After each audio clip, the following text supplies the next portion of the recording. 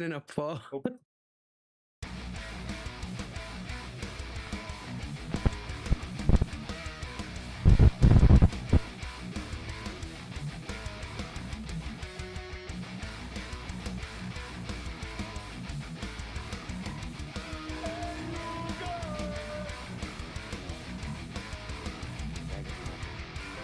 I love you.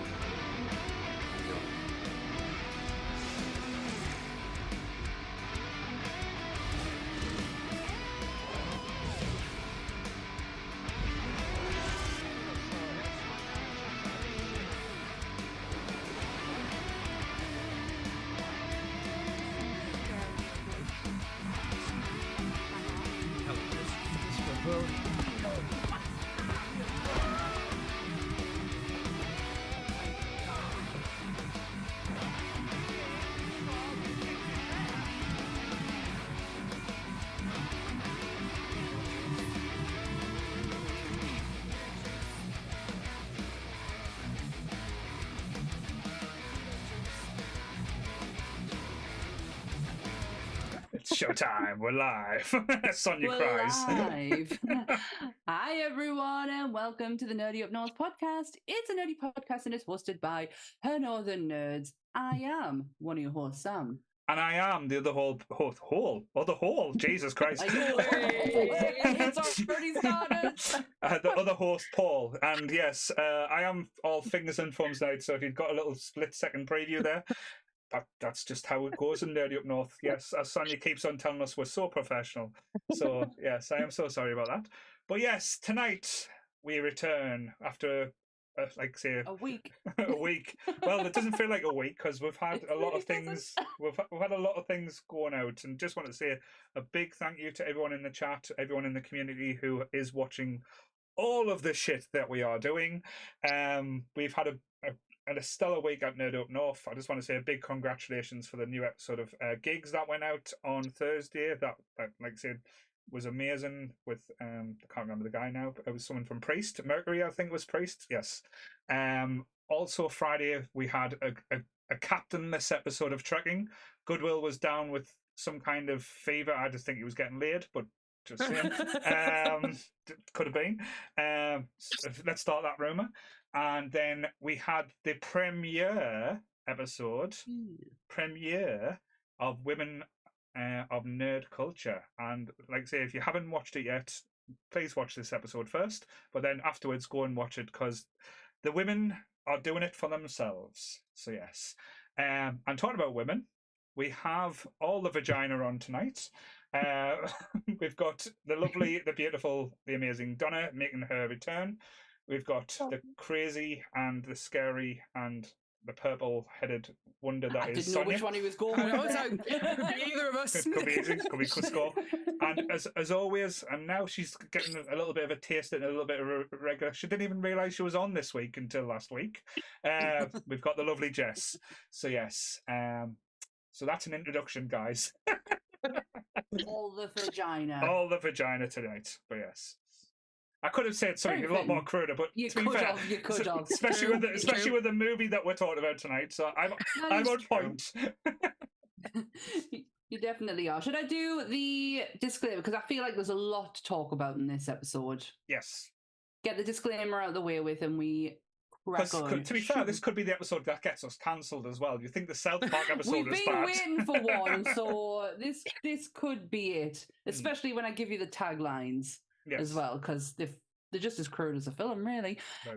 So, everything discussed in today's episode is our opinions and our opinions alone. If you'd like to discuss anything from today's episode, please come and join us on the Facebook page, the Discord, or the comment section, where we can have an open discussion. About what we won't have is anyone coming for us and telling us our opinions are wrong. We can all agree to disagree in fandom. So let's keep it fun, keep it kind, and keep the toxic behaviour out of a nerdism. Very well said there, yes. So you can tell Sammie's the professional out of the team, so that's always the good thing. But yeah. The amount of fucking recordings I've been doing recently. She likes to talk. I sleep.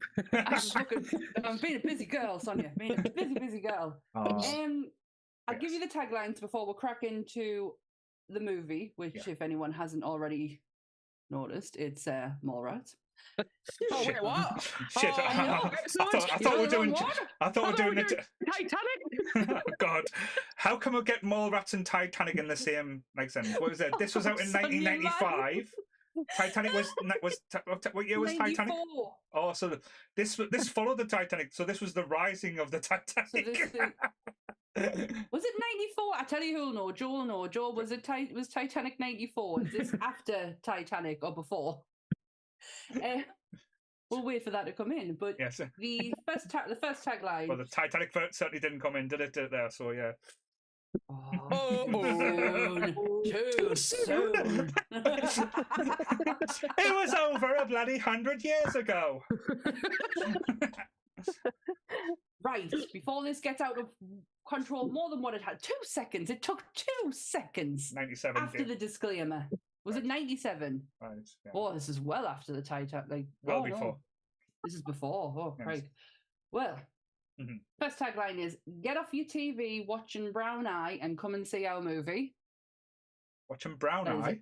Brown Eye. Watching Brown Eye and come and see our movie. Right. They're not there to shop. They're not there to work. They're just there. Yes. What was that from Affleck? Possibly.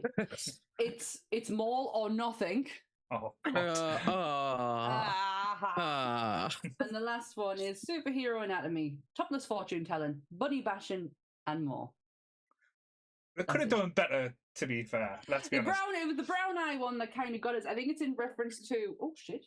Ghostface is gone. I think it's in reference to Kevin Smith's one of Jay's comments to him where he says, "Get off your brown eye." All right, interesting. There was a comment in it later on, but I do. That was the taglines for it. Certainly. Well, I'll do a better tagline. This was probably the most nerdiest movie of our generation from the 90s. This was probably the definition of nerd culture back in the day when we were teenagers, or some of the younger ones like in the chat or on this podcast might not know. We were at college or just around about the time that this came out. I know we missed out on, well, it didn't get a cinema release in the UK. I think it just came straight to DVD, didn't it? Yeah. Well, it wouldn't have been DVD. Oh, it's a VHS. VHS, yes. Sorry, yes. Just before we get any further, thank you, JJ Christensen, for Nerd Level member. Oh, he's become a member. Yes, he's become a member. One of us. Sorry, the cult is growing. But yes. So thank you so much for joining us. Yes, but yes, VHS. So I remember this at college, and I think we talked about it on the Army of Darkness podcast because it was the advertisements for Mallrats were about the same time of Army of Darkness, so it was on the same type of thing. So I was like really excited for Army of Darkness. I was like, what the fuck is Mallrats? Because I'll be honest, I think this was the first Kevin Smith film I saw before Clerks. So I saw Clerks first. I saw Dogma first. Oh, I fucking love Dogma. Dogma was first, and then followed, and then it was like, right, if you like that, you go fucking love this. That's where the Kevin Smith love affair started. Was right in that moment. What about you, Jess? What was your introduction? I don't know. I think I was at like a house party or something the first time this was on. And then, I don't know, again, one of those movies, I think it was just always the house party movie of like what to start with before we all went out. I suppose it kind of works without just like kind of loads of retrobates and stuff, which was kind of the theme of people I hung out with. That's fun. As my dad always put it, this movie was basically the smut movie that he kept on telling us about. My mum loves these movies. Like she loves Dogma. She loves this. No, this is not a family-friendly film, to be fair. Well, unless you're Donna. So, Donna, how was your introduction to this movie? I think I saw Clerks first, and then liked that so much that I kind of went down a rabbit hole of watching all the other movies. Cool. So, anyone else, is this their favourite Kevin Smith movie? No, Dogma is this just top tier, man. Like, I would put this second though. I would put it in second place. It would be a hard toss between this and Dogma. C. Like, where to place them. What about you, Donna? Clerks will always be top for me. Clerks number one. I didn't watch Clerks until a few years ago. I kind of managed to. I watched Clerks 2 before I watched the first Clerks. Clerks 2 is so good. It always makes us think of Paul, though, just the argument about Lord of the Rings and Star Wars. I can't not think of Paul. Like, Paul and Chris. Yeah. To be fair, Randall is my spirit animal, to be fair. It is Paul and Chris literally having a conversation with each other. I'm going to shock you because that one, mind. Yeah, the shocking factor is Mallrats is my second favourite. Chasing Amy is my favourite. Oh, that's such a good pick, though. And you know what? When I watched this yesterday, I forgot the actress's name. I'm so bad. But the friend in this is actually Amy from Chasing Amy, and I was like, you know what? Like, that is such a good film, and it's such a good it's such a good plot. And do you know what I fucking loved about it?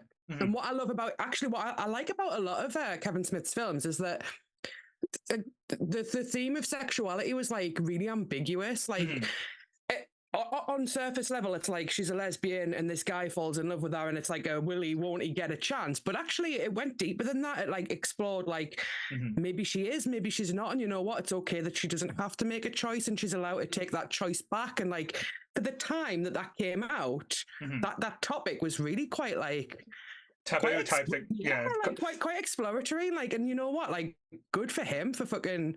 It's such a good film. Like, I'm definitely going to rewatch it. I know he got a lot of shit for it as well, though. That was the thing, because a lot of people, and I'll say it was like, what Kevin Smith's trying to say is all a lesbian needs is a good dick to make a straight. He's like, no, if you feel that is the theme of the movie, you didn't get what the movie's about. It's like it's a lot of the say. And it is a weird thing to say, and a lot of Kevin Smith's movies are love stories, but in the most warped and weird way. Because when you hear Kevin Smith talk anyway, like, and I love that you brought up the sexuality part, like, nothing's taboo. Like, if we, we go back to living in the Northeast in the 90s. Like, if we joked and talked about sucking someone's dick, we would get punished all hour. Because I wouldn't. But well, for a bloke, it was not a safe thing. But when you hear Kevin Smith talk, like, he jokes with his friends saying, "Oh, I'm just going to suck someone's dick" and stuff like that. And they don't. It's not like batter than eye. It's like that's commonplace, and that's where the world should be. And again, and I'm probably a little bit more passionate about that now because yesterday it pissed me off so much about the Nerdy Up North community, just with it being Pride Day. The amount of people I had to ban from the group yesterday, and yes, I'm looking at you. I don't normally get angry, but you're disappointed as a lot. Not anybody in our chat. Let's make that very clear, because the people in our chat, they don't tolerate shit like that. But we had a shit ton of fucking dickheads who came into our group yesterday who proved they do not belong with us. Yes. They are not part of us.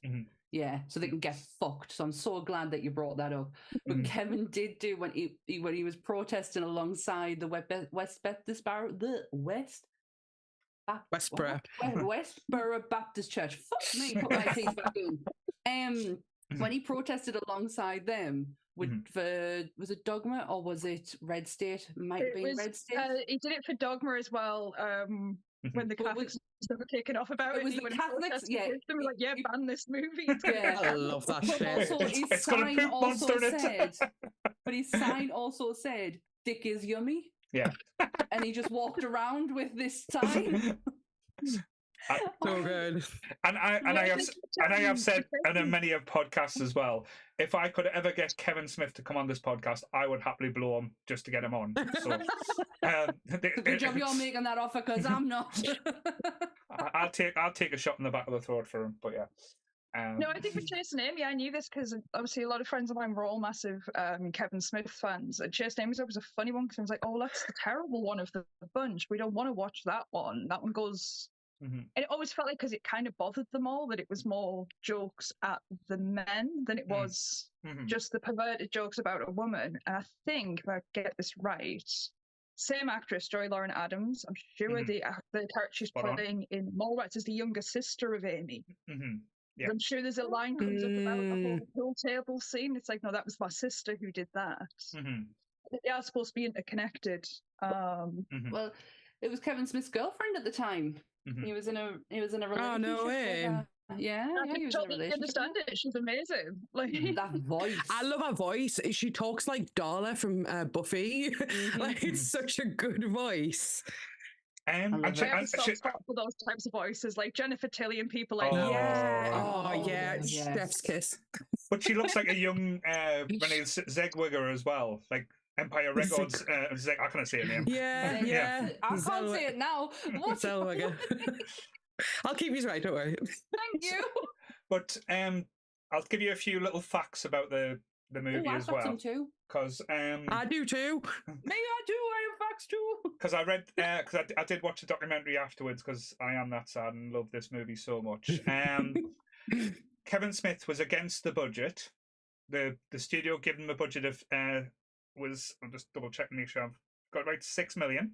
He was like, we don't need $6 million to make a movie, and they were like, that's how much a movie costs. And he was like, well, I made a movie for $25,000. He went, and the studio actively took the piss out of Kevin Smith and went, that wasn't a movie. That was their line to Kevin Smith about Clerks. They didn't see it as a Universal. Jesus. So Kevin always felt guilty about the budget that was given, because he always says he doesn't like wasting other people's money. The company who was involved, like the team who was involved, didn't know how to market this movie. They didn't know what they had. That's evident. Like, as it goes with the taglines as well, because the taglines were awful.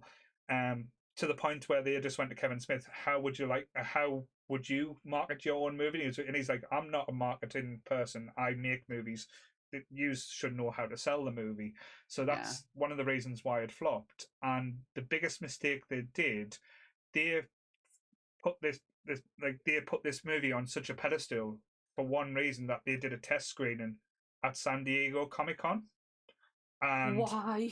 And the reaction they got from San Diego Comic-Con, they thought they were going to make hundreds of millions of dollars from this movie. Because they showed it in a place where comics could be bought. Fucking nerds were there, and what were they expecting? They actually said the same response that Mallrats got from the screen was the same type of response that Animal House got. So they were putting Mallrats on the same level as Animal House on the release. So when that flopped, they shit themselves. But the studio kept on saying to Kevin Smith, we're making a smart Porky's movie. That's the idea and the premise that was supposed to be around. Right. That's why in this movie, because I know there's a lot of lewd and comments, but mostly in the Kevin Smith's movie, there's not many tits. And there was a few pair of tits in this movie because they wanted tits in to be like Porky's. Right. Well, that makes a lot of sense. I think Universal tried to put their foot in a lot with this, because the casting they wanted to change dramatically. So Kevin Smith already had his J. They wanted him replaced, and they wanted him replaced with Seth Green. Yes, and the guy out of Clueless. And they had to fight for Jay to be in this. But the most interesting part is Universal wanted either Mike Myers, Adam Sandler, or Chris Farley for Brody. That's okay. And Ethan Hawke for T.S. Quint. Yeah. That would have been bad. Ethan Hawke? Ethan Hawke? Uh-huh. And I mean, Jeremy London is not I can get into him later. But this is my mind-blowing moment. I've watched this film, I don't know how many times, for how many years now, and feel like I know back to front, inside out, and quote the fucker, as soon as it starts. Didn't even realise the two names of the two main characters are from fucking Jaws. Yeah. I told you you'd think I was stupid. Brody Bruce, fucking T.S. Quint. Yeah. Honestly, I had this moment today where I went, oh, right. Okay, that makes sense. Yeah, I told you you'd think I was stupid. It's great. Do you know the lengths the studio went? The Jaws? Yeah. Do you know the lengths they went to get rid of G as well? What they actually said? They were awful to him. Really horrible. They didn't pay for his hotel, his flights, nothing. No. They had Seth Green literally on speed dial. If he screwed up once, he'd be kicked out, and Seth Green would just couldn't replace him. It's actually like what I absolutely love about Jason Mewes is like his story, like as Jason Mewes, like his character development as a human, right? Like he has come so far, and Kevin Smith has been like his brother every step of the way, and you just like wonder like what would have happened if he was kicked off this film. Like Jay and Silent Bob wouldn't have been Jay and Silent Bob, and that's just absolutely mad to think about. Like crazy. We were talking about this before we came on. Oh, massively. Well, there was a point where it stopped though. We were talking about this before we came on. Was that Kevin did everything for him. When it came down to fighting for him, to making sure he went to rehab, he would sit with him with rehab for months on end. But when he stole a credit card and stole money out of his kid's mouth, he drew the line and went, nah, I can't deal with you anymore. And that's when the friendship broke up until they eventually, I think it was a Christmas day, he set fire to his house with a candle. And it was the realization that shit, I need to take it seriously. But apparently, according to Kevin, I read one of his books years ago that rehab doesn't work for him. No, because it doesn't for a lot of people. He goes in, he gets clean, he has a few moments, and then there's another excuse to start again. And the one thing that he did was create a podcast to make him weekly accountable to people who were listening to him. And he's been clean since 2010. Yeah. There's Steve O has a podcast that he does out the back of his van and drives around, and there's a really good episode with Jason Mewes where they're both talking about sobriety, and it's like it's the most intelligent but honest, like brutally honest conversation. And he talks about like turning up at Kevin Smith's like drunk, piling out of his car, and like his daughter's sitting on the patio just like what's Uncle Jason doing, and like Kevin's having to like give reasons for why he's in that state. And he said like there's just so many things you look back and you're just like, how is this person forgiven us? But it's because they're brothers, man, you know what I mean? Like there's a love there that I don't think can ever be broken, and Jason is very much a product of his environment. I was saying to Paul, when he learned from the best, who's his mom. His mom was a heroin addict who would steal a lot, steal quite a lot, and he learned from her. She would go checking people's mailboxes for their credit cards and steal them, and that's how he got into the world. But then when he met them when he was in, I think it was school, because he was a friend of Walter's first, of Walter Flanagan. And then this gobshite Jay came in and... and I love the story when he talks about meeting him. He's like, he just walks in the room and he does the total Donna thing to do. He's like, I'm going to suck this off. I'm going to suck that off. I'm going to suck this joystick off. I've never seen Donna do that when she enters a room. To be fair, it's like when magic happens. But yes. So which version of the movie did you watch? Because I know we've all watched it over the last few days. And I know we've talked about in a previous podcast that there is actually 2 versions of Mallrats. 3 versions, okay. I didn't floating around. So fill us in there, Jessica. So it's weird because like I didn't know there was other versions. I always knew the version I watched, which the opener is Brody giving a monologue about, I think it's like his uncle trying to get out. And then it cuts straight to his bedroom with Renee, and then I was... A couple of years back now, I was traveling back from Manchester and I stuck it on my phone, and then it opens with what is now the only version you can find, which is the start at the City Hall. And I'm like, he shoots the governor. Mandela moment, going like, no, this movie doesn't open. I did that when I first watched it. I'm not a fan of this version. No, we watched it today and it completely changes the movie. There's a lot of different tones to it as well. It ruins a few of the characters. The few of the characters don't come out in... Well, they're never in stronger light, but it shows them to be quite possessive and, like, honestly, like a dick. But what about you, Donna? Which version did you watch? Today I watched the shorter version, but I was the other way around. I'd always seen the longer version. Right, all right. Starting with the reenactment thing, so I literally only thought that was the only version for, like, years. Yeah, I was the other way around. I got the shock of my life when I, a few years ago, went to go and watch it, and I was going, what the shit is this? the gerbil scene. This is not my fucking Mallrats. The gerbil scene is more in keeping with the tone of the movie, shall we say? Yeah. Well, and one of the characters as well, which is really weird. She's only mentioned offhand in the original version of like why the girlfriend's going on the show is because they've told TS has told the last that the camera makes you gain 10 pounds.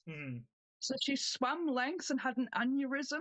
You know why his girlfriend's now going to go on. It's not mentioned in this new cut, but it was mentioned in mine. No, it was mentioned on the one. Yeah, it's in the enhanced version, not the theatrical.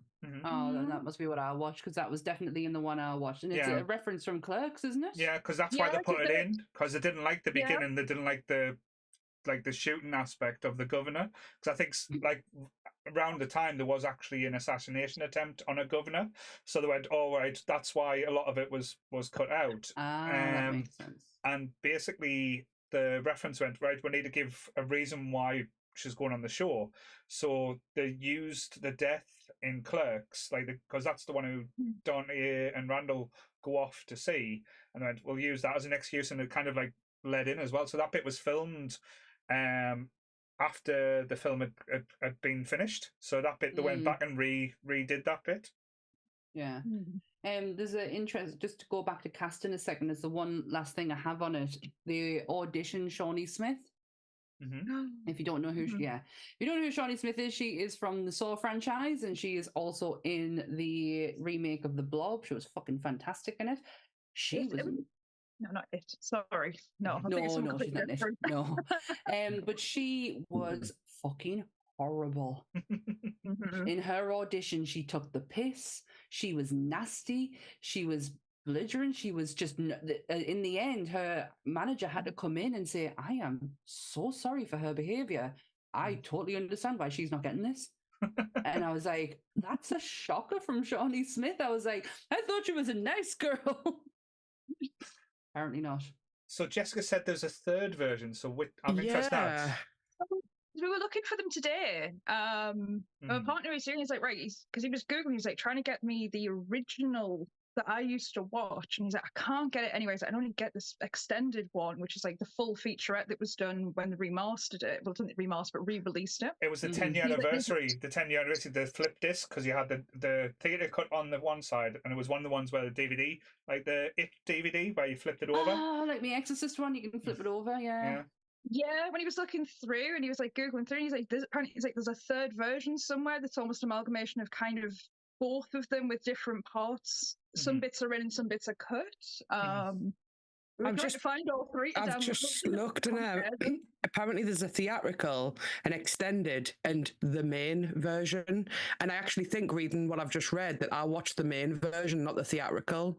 Right. Because I didn't have the backstory about the girl with the aneurysm, but I did have the whole governor extended scene. So yeah, I think there's different versions have different listen, basically. So it's going to be a confusing podcast now. So it's like, remember that part where this happened? No. But that's the thing.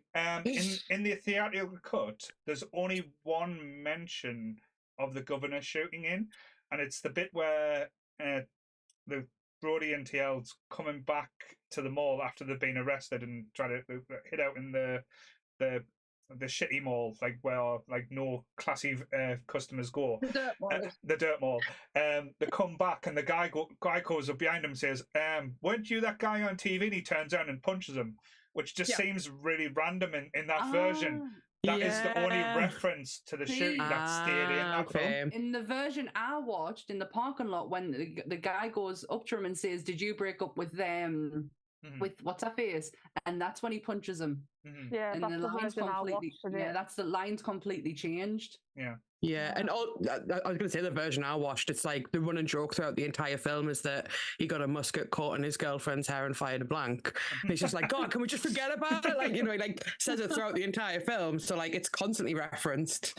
But it's mad, isn't it? Apparently the extended edition is the version of the film Kevin wanted to release, but couldn't. And I think that's probably because it's got tiebacks to his other stuff.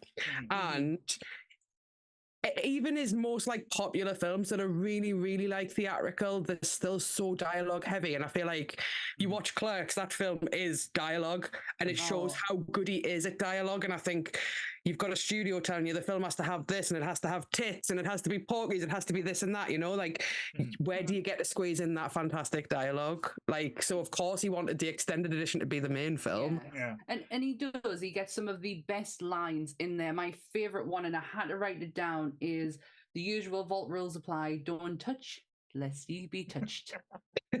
And there's just there was some that I couldn't even write down because I knew I wouldn't have been able to pronounce the fucking word. Especially when he meets Shannon for the first time. So there's one word there. Oh, some characters. So I'm going to ask a few questions about the characters now. So I'll ask the easy one to start with. Who is your favourite character in this movie? So we'll go with Donna first. We'll throw her under the bus.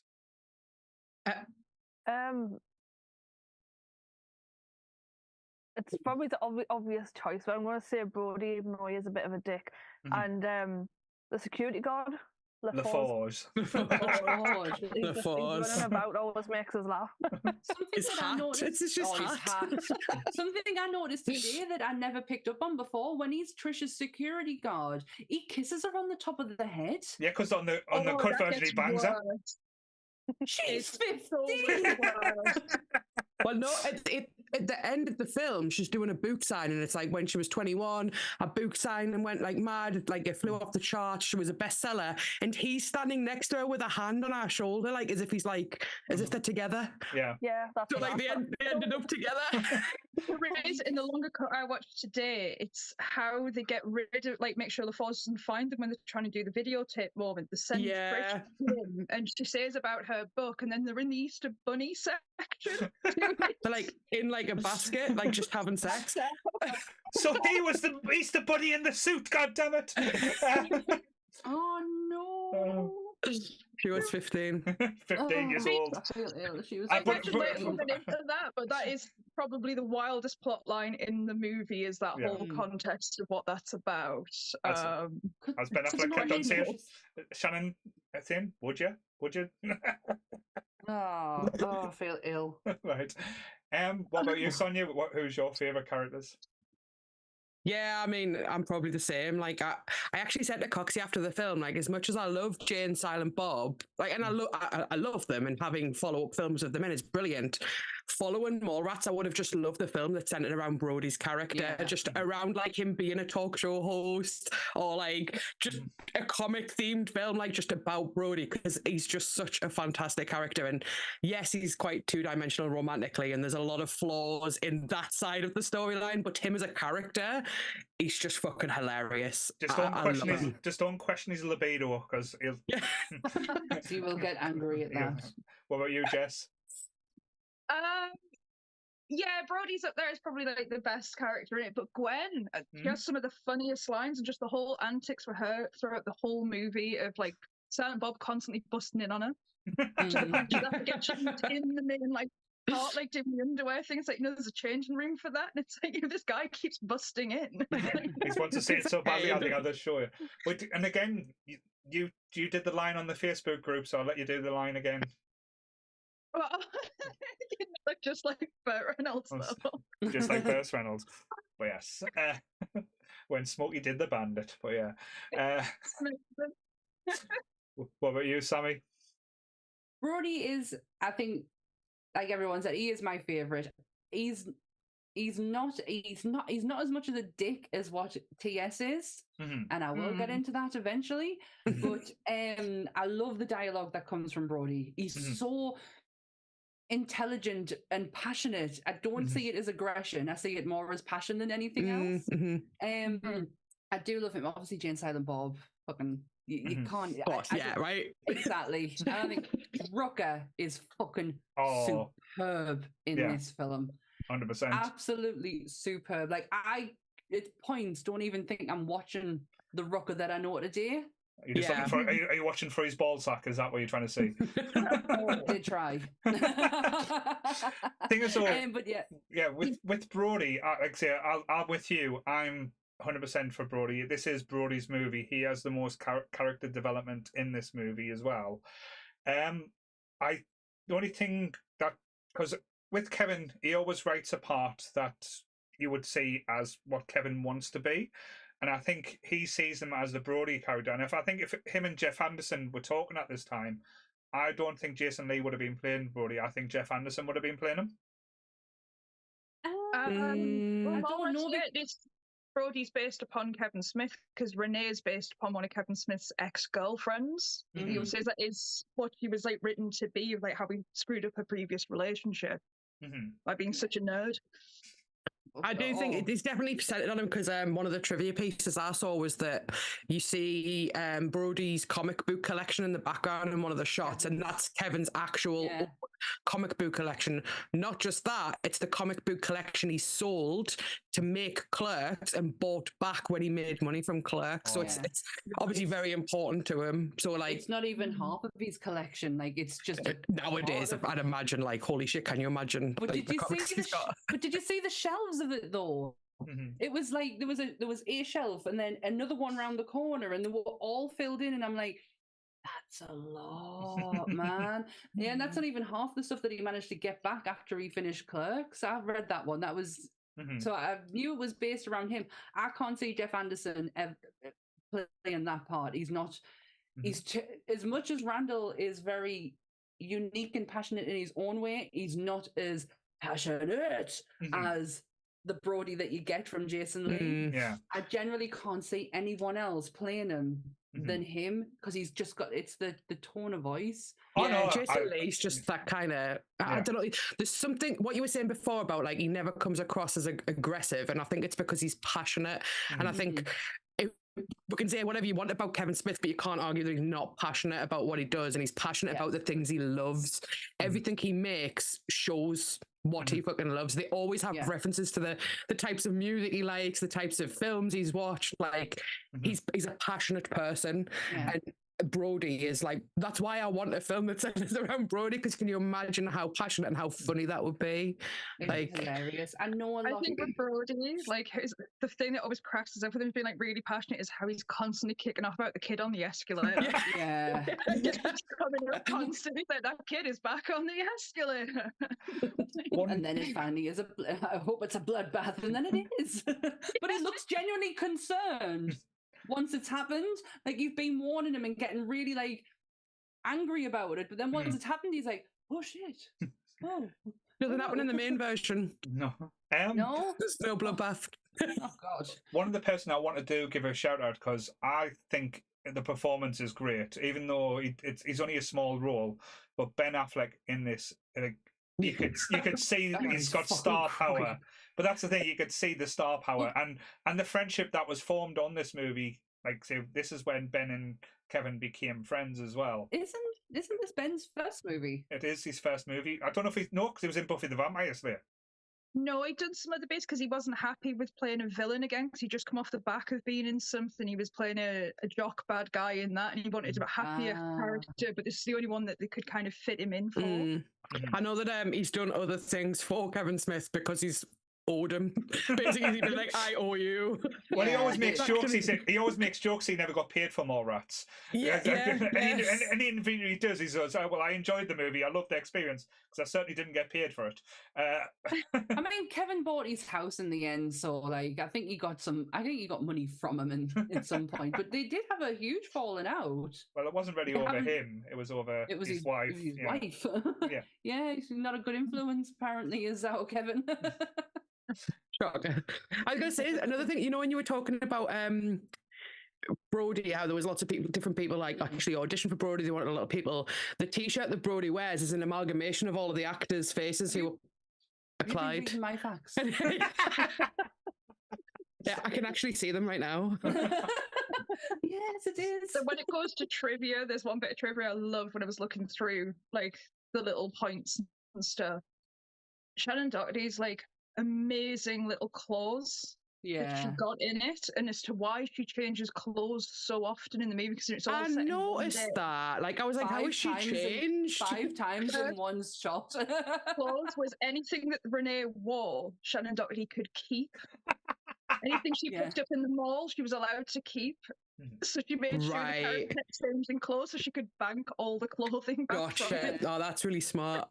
There was a joke when we were talking about doing Clerks 2, and obviously Shannon's she was quite sick, and Ken sat down and talked to her and was like, would, you know, talking about the, and she was like, as long as I can have the same clothes again when it comes to the clothes, because she does change 5 times in one shot. Yeah, it's a genius clothes in a movie. I'm like, that's Especially, really clever. It's like, my God, you got to remember that. So if we ever end up in a movie, we need that as the clothes. I want all the clothing. Especially if you're not getting paid much for the movie as well, because I can't expect like the wages to be like big, but even the cast is as I said, I love Affleck in this. He's the right type of douchebag, of creep, and it's just everything you'd either want to hate or. But you kind of like him as well because it's Ben Affleck and he's the bomb in Phantoms, so yeah. He's the bomb in Phantoms, and he's a fashionable male. Yes. Yeah, fashionable. Did anyone else read The Shops? Yeah. No. Oh my God, wasn't there one called Rug Munchers? Oh dear. Oh dear. It's Pride Month. It's Pride awareness. Yes. Exactly. Oh, the Shops was so funny. Starting well. But now I'm going to ask you. Sorry. Go on. No, I was going to ask the hard question now, because this is where you're going to look a bit in yourself. So, which character in this do you see yourself most in? Like, do you recognize yourself most in? Because to be fair, we all want to think we're Brody, but none of us are really Brody. No. Yeah, I'm definitely Willem. Oh my God, yeah. I'm definitely just staring at that picture and I can't fucking say it. No, that's me, Sonia. You remember when they used to be in the Metro Centre? They used to have the shop in the Metro Centre. I used to go in the remember where it was like it was a section of the Metro Centre and had an old guy on a stand who used to talk. My God, I'm not making this up. Please, people, tell us I'm not making this up. But there was a shop there with all the magic pictures in, and I used to go and stand. Fuck, I could not see them. I've never seen the scooter. Not a scooter, it's a sailboat. Scooter is a sailboat. You know what? The guy in the... I can't remember how to do it. The Easter Bunny's not real! Kids, if you're watching, the Easter Bunny is real. Don't worry, Eve does bring you Easter eggs. And if you're watching this, your parents are very bad people. I'm not making it up. Thank you, Sarah. Thank you. There's a big tall guy. What about you, Donna? Who do you see yourself as? I don't know. You go first, Jeff. Oh, passing the book. No, you know the weird thing is though, like of everyone, it is depressing because I'm like, it probably is Brody. Because I'm like, I am that terrible person that would wake up and stick my video game on straight away, and not interact with my partner. It's probably more the probably get caught too far in nerdy stuff than what's actually going on. So has your partner ever wrote you a letter calling you Callow? It's the level of nerdism. I thought that was the one good thing. It's just the level of nerdy in you that I kind of can understand the broadiness of you, because I could just imagine you sitting there just racking out these like facts on shit. Yeah. See, I know. Every time I watch It's Never Changed, I'm like, oh God, I really still am kind of that Brody style character. Like, oh. To be fair though, if I'm going to be honest, I'll probably say I'm more like Jay. I'm just like the manic, crazy energy that gets other people to do me dirty work. So it's like Donna can be me silent Bob, so I can send Donna off to I put me back out humping your mom last night, so you'll have to do it. There was some moments with Jay that I totally missed, first times that I watched it, and it's where he's when Gwen taps him on the shoulder, and he probably puts his fist up. It's like, what are you gonna do with that? He's so funny. I think can I change my answer, because like, you know, we don't have any character development for Willem. I feel like if I was gonna actually say I was like a person, I would be like Gil, right? Because where are you going with this? I just turn up places and I'm just like, yeah, I'm just here. Like, just like, I don't know what's going on. I know this isn't what's supposed to be happening, but I'm just here. Like, so Coxie, can you confirm that Sonia's kiss is like a jackhammer? Once you've kissed it, you're never the same. Oh, jackhammer Sonia. That's what you're gonna be called from now on. Oh, I'm just happy to be here. That's the most disingenuous answer to an honest question that you could give. Yes. What about you? Did Donna pick? I kind of picked for it. It's fine. Oh. I really don't know, because I don't have the level of knowledge that Brody can intake, even though I used to be that person who, if we were talking about something, I go, well, actually. Well, no, actually, I'm gonna answer for Sammie.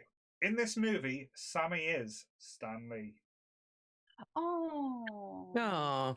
Yes. Which is all about the love. Man? No. Well, he wasn't that old in this, to be fair. He was quite young and vibrant. He didn't use Viagra at this stage, but yeah. No, and he did, and he was very adamant that when he told his story, that it had to be kind of like on his level of humor, because he didn't quite. There was a lot of things that wanted Stan Lee to say that he wasn't comfortable with, because if you know Stan Lee, he loved his wife so much, and he did not want to upset her in the slightest.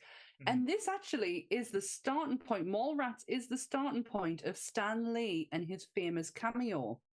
And it's a lovely full circle moment, because he starts in here and then he goes on to the Marvel movies. He did the Sony ones, but he went on to the Marvel ones, and his last ever cameo is where he's on Captain Marvel reading the script for Mallrats. Yeah. And that's the last. I mean, he did Jason's film beforehand, but I think it came out afterwards. But filming wise, Captain Marvel was the last one he did, and he's reading the script for Mallrats. So it's like this whole full circle thing for him. And there's a beautiful story that only Kevin Smith can tell, the way Kevin Smith does, because he cries, literally cries on any type of story he tells.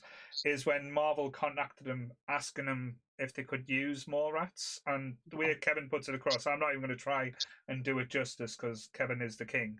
Go and watch that video. It's literally one of the most beautiful things. It's just a man knowing his passion and knowing what he loves, and it's a magic moment for sure. But yes, I would definitely say a full validation moment as well. Like, look at how I did something right. Like, and the friendship that he had with Stan as well. Like, it surpasses the movies. It was a genuine, bona fide friendship, and he was very concerned towards the end of Stan's life, when a lot of people started taking advantage. And he actually I remember him putting a post on Twitter saying, I don't know who this is going to reach. I don't know how it's going to reach anyone, but if you can get him out that house and get him to me, I will be forever. I will give up everything. And it soon got taken down, because obviously a lot of legal got involved in it, but he tried. You can't say the man didn't try, because he's a lovely, I love him, and I'll never have a bad word said about him. There is a cute thing when you watch Stan Lee talking, though, that you can see him, that he's reading the cue cards at the side. Well, that's why you'll never see. Yeah, that's why they had to have them. They had to have each of the facing the way they were, because Stan's not an actor. No. And he had a lot of dialogue to read out, so they did have the cue cards at the side for him to help him out. But doesn't he just look amazing in that movie? Yeah, he looks so cool. Like, he looks so suave. I love the concept. It's like it's such a wholesome moment for him to then go to TS and be like, oh yeah, like, you totally bought it. Like, it's so funny. But then he's like, you really need to talk to him about superheroes. Yeah, yeah. And then he just goes, he got kind of weird. Things got issues. So Donna, have you thought of an answer yet?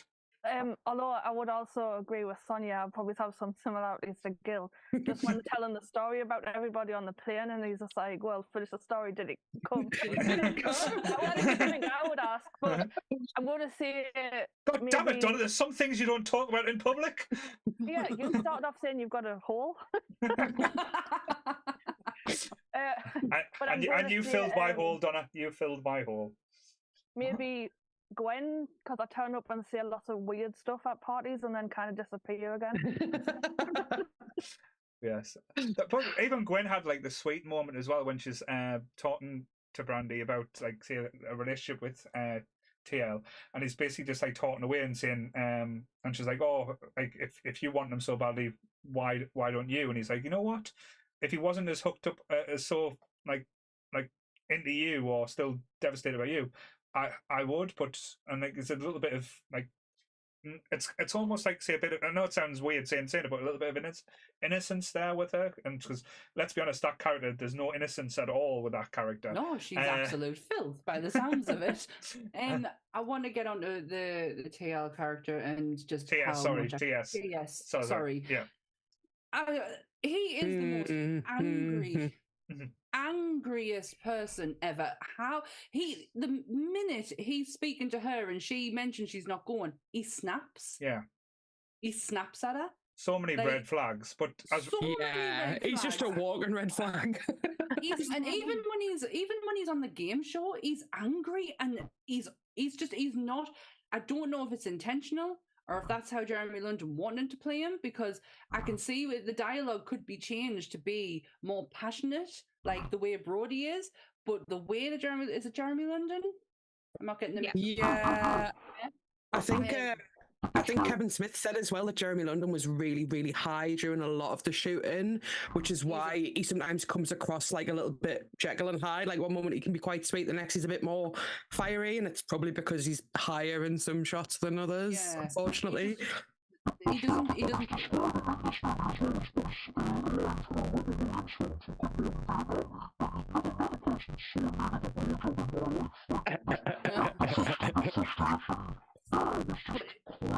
He's definitely never been fucked somewhere uncomfortable. Yeah, back of Volkswagen anyway. I didn't see it as, I just saw him as pure angst and just he didn't come across as a good friend. He didn't come across as a good boyfriend. He doesn't come across as a good person. And I was like, what? Like even when the whole scene with Tell Him Steve Davis happening, which is one of the most greatest scenes in that movie, he still gets angry then. What are you so angry about?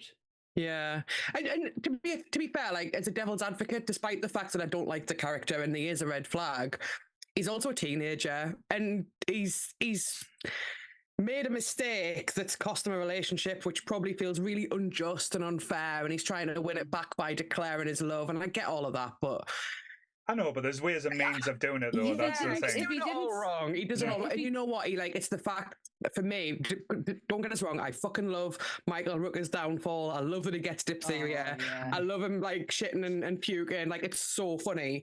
But he didn't deserve any of that. Like he's just a dad that like literally has had his career destroyed by this kid, and the kid's like, you know what I'm gonna do? Destroy it some more. Like how is that okay? Yeah. Is that the adults in us now like trying to like reason and like be on Rooker's side? Because I felt the same way today. Never used to feel like that growing up, but watching it today, I was like, oh my god, Rooker really got a bad deal in this time, and he doesn't deserve it. I think in the which depends on which version that you watch, because the extended version, Rooker is a bit more of a dick, and he explains that he did plan it all just to get rid of TS and break up the relationship, which again is a shitty thing. But hopefully, like say Mike's working again. I went back to Demon Paul for some reason. So sorry about that, guys. But yeah, in the extended version, he is a bit more of a dick. But I think it's where he treats people as well, because he like one of the assistants he treats like shit initially. That basically, no, the first one, because there's an original one. That's Walt Flanagan. Then he quits, and then you get Scott Mosier, which Scott Mosier still does the funniest line in Clerks too. Don't look at the person's wee-wee. Don't look at the wee-wee. Yeah, the first one that he fires is the great Walt Flanagan, who is the inspiration for a lot of Kevin's characters. The Walt in Uncle Walt is Walt Flanagan. Jay even says a line, angrier than Walt Flanagan's dog. It's faster than Walt Flanagan's dog, because this is super cute. We've got a puppy while they were filming. Mm-hmm. And it was always on sets. It was running around the mall in the car park, and they referred to it as a hockey puck because it would run so fast. It's the only reason the line's in there, just the joke about them all watching this puppy. So you've got Walt is the guy who gets sacked, and then you also get him as fanboy as well. Yeah, tell him Steve Dave. Tell him Steve Dave, which is like turned into a whole fucking career for Brian Johnson and Walt Flanagan, which is just fucking crazy. Like, and still to this day is a Patreon. He still listens to them. They've started to unleash, because they're out of contract, well out of contract, and the NDAs are all over with, their experiences on Comic Book Men, which apparently is very interesting listening to. Right. Walt no longer works at the comic book shop. Right. Mike Zapsik took over. Walt just goes in and assists if he needs him because Tell Him Steve Davis just took over. That's all he wants to do. No, certainly. And again, I'm very proud of, like, I said proud, but like very happy for him because the guy knows his shit and he's like always like I think Kevin Brody. Yeah, Kevin like idolized Walt when he was growing up as well. But I never want anything bad or anything negative to happen to them guys. But they still get the Mallrats checks. You know how much? Because Brian Johnson told how much in the interview how much he gets each year in his check. Gets $11, but every time for his residuals for Mallrats, and if and it goes up a little bit whenever they bring out a new special edition DVD. So he likes when they get new releases and stuff like that. So the character of Brody is Kevin Smith to a degree, but when it comes to the comic book knowledge, it is Walt Flanagan. 100%. Because he is a walking fucking encyclopedia, not just on comic books, but he's a Monster fan. He's a metal fan. Like, he loves his metal. That's the reason why you get the that's Walt. That is just Walt to a T. That's like they do it in Clerks too as well. I'm sorry. Yep.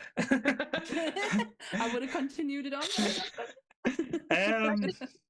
TS and the spanning like kind of thing. I think when I was watching it today, I don't think I'd ever noticed it before, but it is mentioned that it's like he's a single dad that he got left to raise Brandy alone. And it just come off even worse when he's kicking off. It's like, oh, you're under the thumb of your dad, but it's more kind of like, now you're going to be under my thumb instead. Yeah, literally. He's so possessive. And this is the thing, like, she literally takes him back and nothing changes. Like, he is still possessive. He's proved how possessive he is. And then he asks her to marry him, and she's just like, okay. Like, what? How is this? Like, like that's the one thing that I didn't like about the film. And as much as I love Brody, Renee's character does the exact same thing. She's just like, I've broken up with you because you've got no direction in life. And then she laughs at him on stage, and then she's just like, fuck Ben Affleck, I'm getting back with you. Like, I just don't get it. Like, nothing's changed. No, it's because Brody never tried to fuck her in the back of a Volkswagen. That's why. Renee's weird though, because she manages in one day have a full relationship with somebody, like literally in one day has a foot, and it's like, how the fuck I couldn't. To be fair though, this was the 90s, guys. Let's be honest, we're all slags back then. Like say, I remember having relationships that lasted a day. So I mean, I definitely didn't. Like, this is his MO, because Gwen mentions that he tried it with her as well as soon as she broke up with Tia. But he knows them all. So he knows why stuff's gone wrong, so he knew exactly what to do in the day. To kind of want to secure the deal, essentially. The one bit that gets us in the movie that makes me question what are we watching is when the police show up. And I'm like, would you really have that? It looked like something out of Blues Brothers. Like, would you really have that amount of police showing up for weed? One person. And for like, it's for weed, right? Like, that's already been smoked in the 90s in America. Come on. That was a lot of police. That was like, hold on a minute. It could have just said it was a time of Columbine and stuff like that. It could have been like in a mall. Mentioned that obviously he's fired a shot. That there's even jokes. It's like, didn't you like try and kidnap like the president's daughter or something? It just keeps ramping up, doesn't it? Yeah, like when Willem's just I think I saw you on Baywatch, and he's just like, no, he was on CNN, and he's like, oh yeah, didn't you try and kill the Pope? Yeah, and I think it is that thing that he's been classed as almost like a terrorist, that he's in the mall. Right. Well, that makes sense, but in my that might version, be why. none of that happens. And all these police come rocking up to come and arrest this one person. It doesn't make any sense. But now it does after you've explained this. True.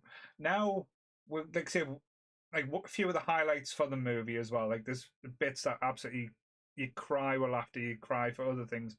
But one of the highlights for me is the Cousin Walter story. Like it's so breathtakingly timed. Which one? Yeah, the one the end where he's like telling them on stage is like on the plane, where like they think everything's cut off, the engines have gone, so he just whips it out and like starts doing the junk. So everyone else starts whipping their junk out, and everyone's beating off or doing what they like, and then the lights come back on. And everyone just puts everything away. The hydraulics kick in, and everything's all fine again. It's a joke at Almost Famous, where the planes go down, they all start like delving into like the deep dark secrets, and then it levels, and nobody ever talks about it again. None of these stories ever get mentioned between the characters again. It's the joke about that, but take it with being Brody.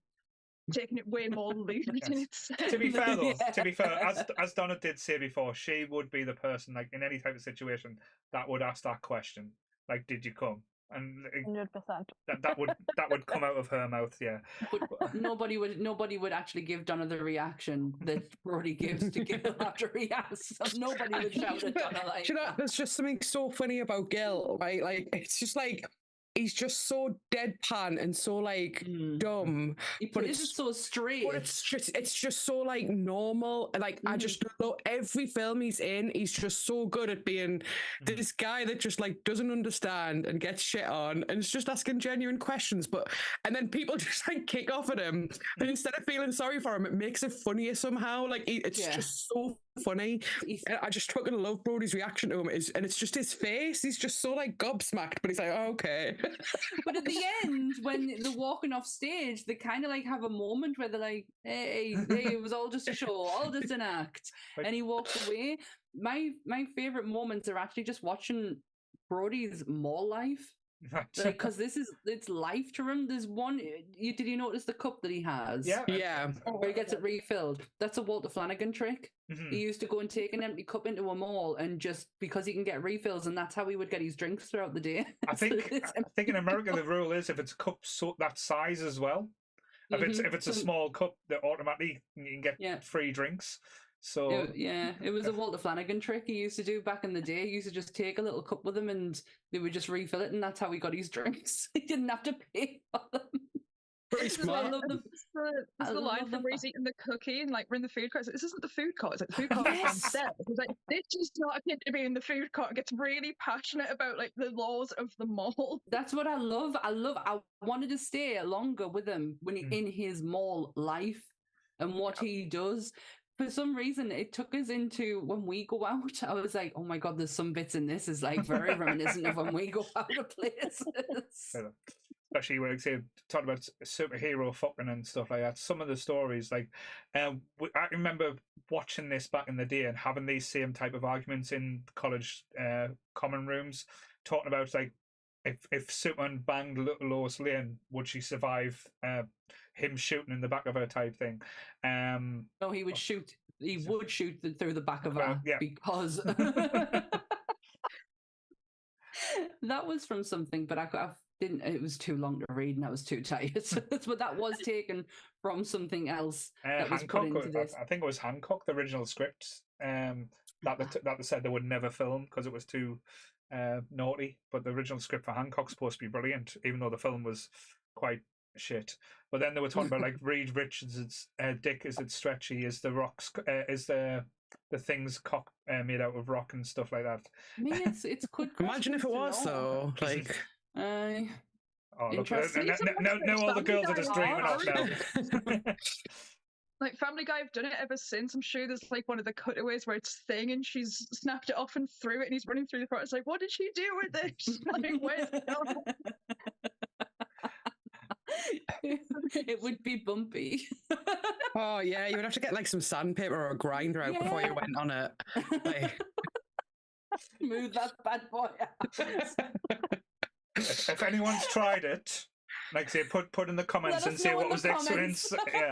In the comment section. Sammie's mum, how did you enjoy the things? But yeah, my mum out of this. I'm sure there's a level on the internet somewhere. There will be a website that will stock these things. Somebody will have done it. To be fair though, there was like say when the Avengers came out, there was different dildos based on the different Avengers. Kevin Smith has a thing for fleshlights, or did back in the day, and he got a whole superhero box full of them. It's okay. Yeah, that was one of his big sponsors on one of his podcasts, and he quite openly admits that he uses them quite regularly, and he would talk about them frequently, and he got a huge, big superhero pile-up of these fleshlights. I can't believe I'm talking about fleshlights on a Sunday night. To be fair, though, if anyone's watching and wants to sponsor us and wants to send a wide variety of sex toys to the Nerdy Up North team, we have a wide variety of perverts that will test them out and give them reviews. We don't kink shame. No. That's one of our rules. We do not kink shame. Yes. Especially Donna. Only if we get the incredible it's because of Donna. Only if we get what there, Donna? The incredible dong sent to Lee. Let's make it happen. Oh, so you find out like every episode of the podcast if you can just like sneak some sort of themed sex toy into that episode. But it has to be so casual, like it's so normal. This just slipped in, thing. Just slipped in, eh? Oh. Hey. You didn't realize now I'm going to like put like something as an ornament. And it's just normal. It's there. That's where it lives. That's its home. Donna's thinking, what have I got lying in the living room that I can use? Well, to be fair, anything's a sex toy if you're brave enough at the end of the day. So this is an in-joke with two of my close mates because I got gifted something on a first date. It was the most bizarre gift on a first date. Okay. And the very first time I started doing stuff like this, like, is it just going to be in the background? And they send me memes. What kind of stuff are you doing? This has happened. I'm like, it's never going to be in the podcast. It's not going to show up. I've just seen the chat. Oh fuck. Yeah. Oh. Yeah. You know what? There probably will be a Titanic sex toy. That's not the one I was. That's not the one that got us there. To be fair, I ignored the other one. The limited edition mini mitts flashlight. Don't touch the side. You can actually buy like I don't know why we've gone down this rabbit hole, but you can actually buy like an alien from Aliens, and it'll insert an egg into you. Oh wow. Mm-hmm. Why not? Get like Pikachu butt plugs. Yeah. You got to catch them all. That's something I thought we mentioned on this. I mean, we can't talk about anything Jay and Silent Bob and not have the conversation go like debauchery and like. I mean, it's on brand. Yes. He did do a lot of stuff with fleshlights back in the day. I don't know if he still does, but if you ever listen to the early days of Kevin Smith's podcasts, this is what he talked about. Talking like going back to the movie a little bit. Yes. To try and just a little bit. At the start, depending on which version you've got, like I say, I know it's a little bit further on in the movie, but on the extended, but I think when Brody's in bed and Shannon Doherty's Rennie's characters like telling them like all the stuff that she's put up with. I laughed my tits off this morning because I forgot about doing the striptease to the Mighty Mouse theme. As I just had the thought of Shannon Doherty doing a striptease that I was like, Mighty Mouse. I was like, oh god. Oh, good. What did you say? It's not Mighty Mouse. It's the holograms or something. No, it was Josie and the Pussycats. Oh yeah, that's it. Yeah. It wasn't Mighty Mouse. It was Josie and the Pussycats. But he does. That's it. Yeah. The whole Brody smile type thing. And what was it during prom? He was worried in case his mum could come in, so he made her hide under the bed and stuff like that. Like she put up with some shit with him as well. The grandma's funeral where he told everyone that you could see her nipples through her shirt. To be fair though, Donna would do that. Donna would be the person. Oh my god, you really do trash Donna's character when she comes on here. The nipples, or I'd have like revealing nipples and like Both. the funeral home. Both. I'm trying to defend you here and you can't say something like that. Donna was the kid on the escalator. That's the story. That's it. Why the fuck is the kid still on the escalator? Every time we went to the Metro Centre, one of my friends would always shout, "There's a kid on the escalators again." So, because I know, like, to be fair, to delve into the plot, there's not much plot when you go into this film. It's just a random act of good dialogue and just random shit that goes on. How would you feel, like, because I know, let's be honest, with Kevin Smith's later movies, there's been more misses than hits. Shall we say? To differ on that one, mate. You know my feelings on Strikes Back and Reboot. I fucking love them. Clerks 3 was an anomaly. Clerks 3 was like the one that broke the heart. Can we not I haven't talk watched about it. that I haven't watched it, Oh, so Sonia, don't. It's magic. It's one of the most beautiful films you'll ever see. I'm not joking. It's just beautiful. All jokes aside, it's gorgeous, but you need to be mentally prepared to watch it. I cried for about an hour afterwards. I'll be honest with you. I was hysterical, and then had to come on here and do a Sunday episode while still trying to get over what I'd just seen. I was a mess. Because I know they're trying to do a sequel to this a few times. They did have the script and everything in place for Mallrats 2, and then it got scrapped. And then there was going to be the TV show that they were going to make, the Mallrats TV show that was going to come on Netflix. That got scrapped. But if they made Mallrats now, like the same type, like if this wasn't made back in the 90s, would this work the same way? I know a lot of the references wouldn't be the same and a lot of the things, but I don't think it would be as hard hitting or as fun in this one then. It's not going to have the same cult status of it. It's not going to have that, no. and the aesthetic of it would be very different. But I feel the nerd language would kind of, there would be a way to get it over to now times. I feel like the problem would be that for today's age, the mall isn't the place to be. No. And like, it's kind of like if someone released a film now, 2024, and said, right, we're going to have a lot of teens and the film's going to center around a skate park. Like, yes, you've got kids that like to skate, but it's not got that kind of cult status that it had in the 90s that it did for us. Like, kids that went to the skate park were cool. In America, kids who hung out at the mall were cool, right? So Robin Sparkles did a whole song on it. So... Let's go to the mall, you know? Today! Is Kitty Sparkles making a comeback? She's always there, Paul. I remember the statement he put out about it because it was really devastating when he'd had everything written for Mallrats, and he put up a thing saying, like, basically advising to people in the future to be careful where you sell your rights to, because he can't get any of those back anymore. No, he lost Dogma long time ago. Dogma you can't even get on DVD anymore. Like, I've got it on DVD, and it's worth money because it can't be bought anymore. Yeah, my mom's got it as well. Yeah, because that's how they had fallen out with Miramax, because Miramax hold the rights, and due to him turning on what they refused to release Dogma. Wasn't it to do with Harvey Weinstein? Yeah. It will eventually happen. It's just he's got to. The likelihood is Harley's going to see the benefit of it more than he will by the time it happens. Well, he did put a statement. Any money he makes from Dogma now goes to women's charities. He doesn't get a penny from Kevin Smith. Doesn't get a penny from Dogma anymore. Any money that he would get, it goes to women's charities. Amazing. So I think if they were ever to try and go back and do this, of course you want the continuation of, like, how did it leave? Like, what's everyone up to now? You got a little bit of Brody and Jane Bob Strike Back. Obviously, he's not a TV show host anymore, he just owns the comic book store. He was in Reboot as well, wasn't he? Or am I making I haven't watched the Reboot one yet, so... Me either. I like it. Don't listen to Paul. I like it. It is just... It's very Muse-centric, so it's very centered on Jason Mewes. Obviously, his new teeth are a bit of a problem.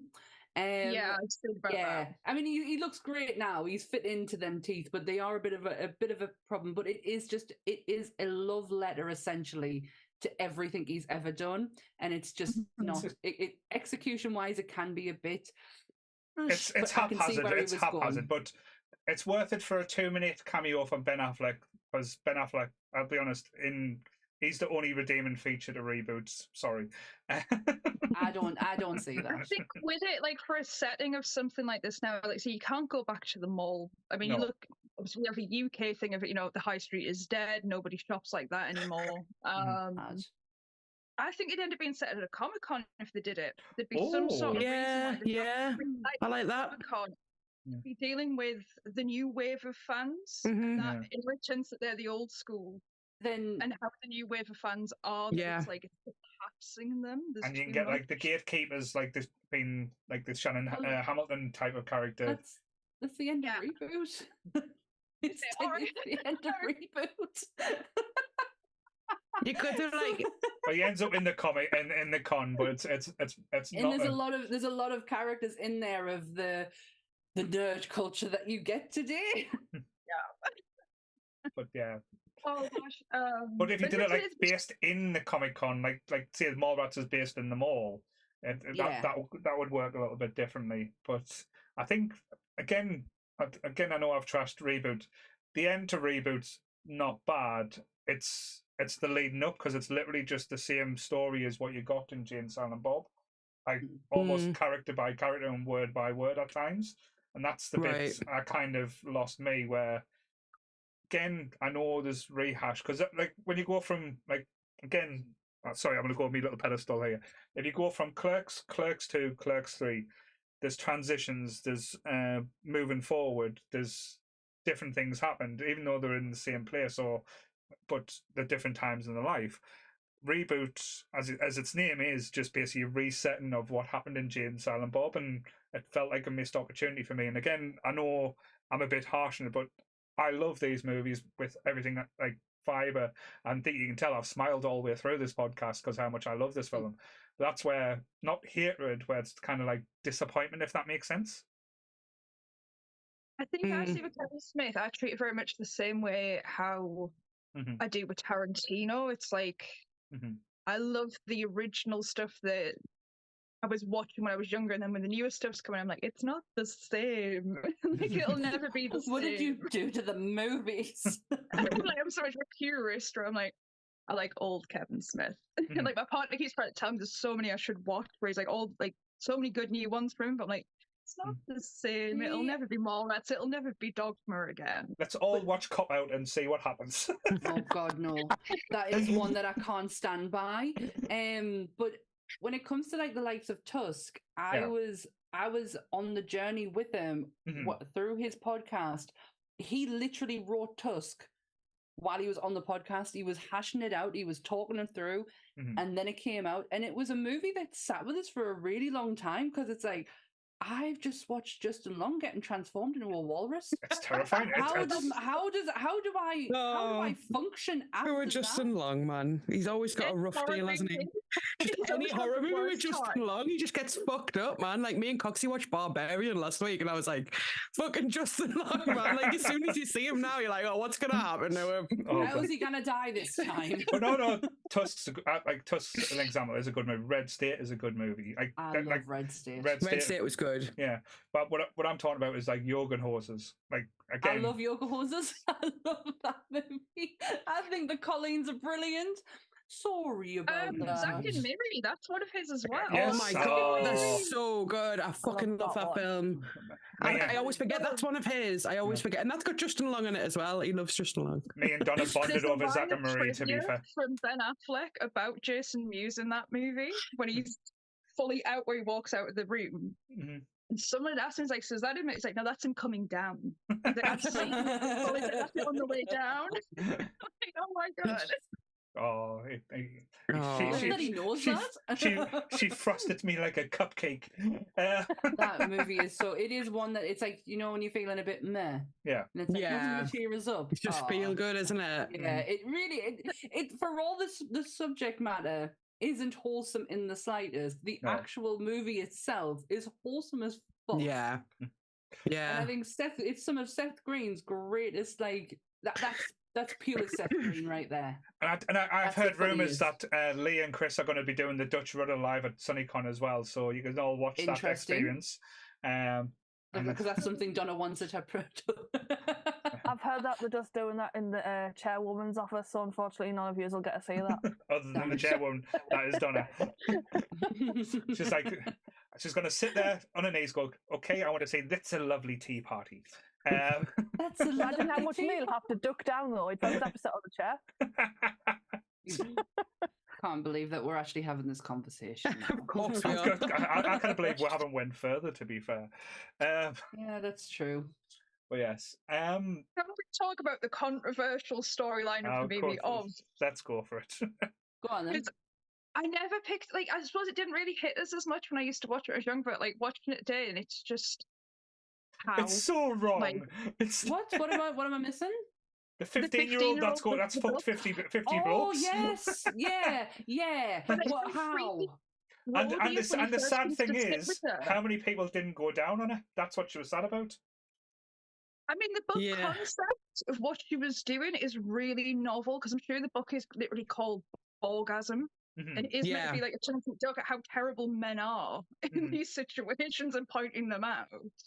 But it is just weird. Like, Brody is gross when he comes to sit with her. Like, he gets really lechy with her, and you're like, and then tells her she was 15. If she'd been, for me, right, because I had the same feeling yesterday, and I was like, don't like that. And there's another, sorry, sidetrack. There's another line actually that Michael Rooker makes about his wife, and says that he met her when she was 15, and I was like, oh God, this is a theme. And he's like, but I was 14. And I'm like, okay, so like that kind of like gets around the whole, this is a time when, you know, we know in England the legal age is 16, but in America it's 18, right? Yeah. And I feel like a way they could have got around that, and I would have been more comfortable with, was if she was 18 but was telling them she was 15. That would have been a lot more acceptable by today's standards than the fact that she actually is 15. Yeah, because I was trying to think, they have to have her 15 in order for Shannon to be arrested. She has to be under the age. And I was like, how do you get around that? And that's it. If she was to just be like, she was telling them she was actually 18, but telling them she was 15, and that's the reveal. That's what comes out. I'm just laughing because I just remembered Ben Affleck going, she told me she was 36. But the worst thing is, TL goes, what did your parents think about this? Oh, yeah, they think it's a really good idea. What? Yeah, like, yeah. No, she's ridiculously intelligent. She's technically in college in the same year as them. She's been funded for this, and they say they're holding the book until she turns 18. Because they don't want the controversy. And it's a bizarre storyline where you just kind of like, I appreciate the actress they picked does not look 15. She does look like she's about 25, like portraying younger. Some change. Trish the Dish looks 36. Like, even LaForce at the end, like I say that he's there with her at the book side, and you're just like, She kind of reminded me of a young Selma Blair when I watched it back. I was like, she reminds me of Selma Blair in Cruel Intentions. Yes. It was the hair. The hair did it for that. Yeah. How are we not talking about the fortune teller with two nipples? We'll come to her in a second. She's hilarious. She was absolutely brilliant. But someone's just mentioned in the chat the absolute hilarity of like Ben Affleck talking dirty to her. Call me Joey. Call me Donnie out of the back of the New Kids. Who's your favourite New Kids? Oh. Yeah. The absolute creep. It was such a conflicting feeling when she said she was 15 and she was telling them what she did, because what she's actually doing and the research she's doing was so fascinating. And so again, like I said about Kevin Smith's sexuality, again, he's exploring this theme of like, what are we okay with? What aren't we okay with? Why is this okay, but that's not? Why are men allowed to say, oh, she's a bit of all right when it's a girl in a school uniform, but a girl's not allowed to have sex with those men and actually rate them on how shit they've been or how shit of a lover they are? Like, actually, it's like, it's tilting that topic, that discussion of sexuality, like on its head, which is really good. It's really smart, but she's still 15 and shouldn't be having sex with men, but it's her choice and it's her consent.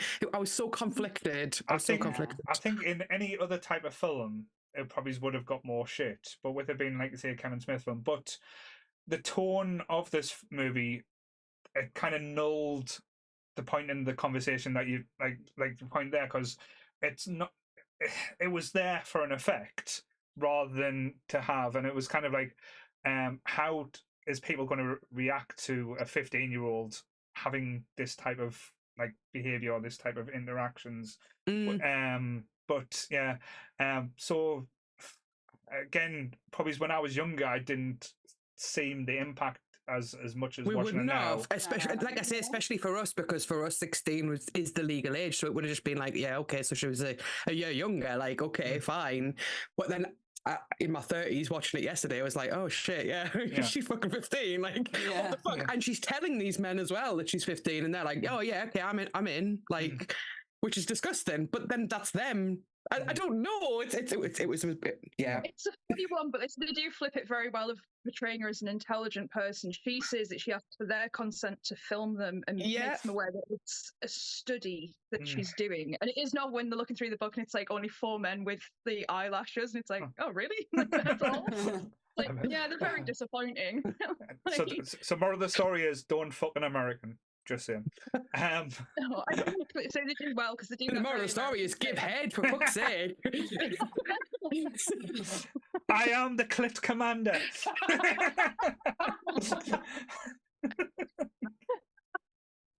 So yes, the 3 nippled woman now. Have we lost Sammie? Is Sammie still with us? Fucking Sonia, man. The lady with the 3 nipples. I was trying to work it out today, and it's one of the ones from Devil's Rejects. Right. So I was trying to place how many. Mama Firefly. She's the second Mama Firefly. Is she not? I thought she was the wife of the band leader, the one that Otis with the gun and. Oh, is it? hang on. Hold on. I've only seen Devil's Rejects once, but she looks. It's really weird, and I don't want to typecast anyone or say someone looks a certain way, but she looks like one of those old kind of dirty porn stars from the 80s, right? Like, yeah, she's not. I was going to say she looks like she looks like she's got three nipples. Is that what the type you were saying? She just looks like she gets her tits out and things. You look at someone, and you're like, yeah, I bet they get their tits out. Like, she did in Devil's Rejects. It's the country singer's wife, yes. Totally got her mixed up there. IMDb, I was trying to remember, had she done something like, I don't think she was old enough to maybe have done a Hammer horror, but she's got that vibe of that. Yeah. The vibe, the voice as well, it was like very much like the Kit type voice type thing as well going on. But, gorgeous. Yes. But got a figure to die for as well, which is when I was watching. I'm like, oh. I don't think I absolutely love when. Sorry. No, come on. When TS is just like, oh, she's got 3 nipples, and he's like, you didn't fucking know. He's like staring at it the whole time. I hate the way Brody goes on in this moment. Yeah, I really do. He's so fucking rude. Yeah, and it's like, oh mate, stop, it was his idea to go in there as well. Like you're screaming at this poor woman to her face. Like, stop.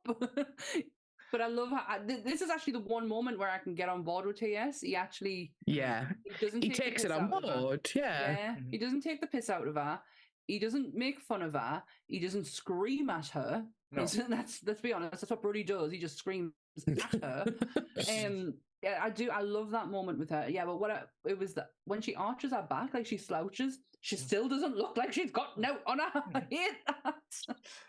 It's weird because you totally think Brody would be like fascinated and love the fact that she's got 3 nipples. Yeah. It was a quite flip. For any other double body parts, and like TS has to drag him out of the room. You can if you like. I love the way she says that. But then the weirdest thing.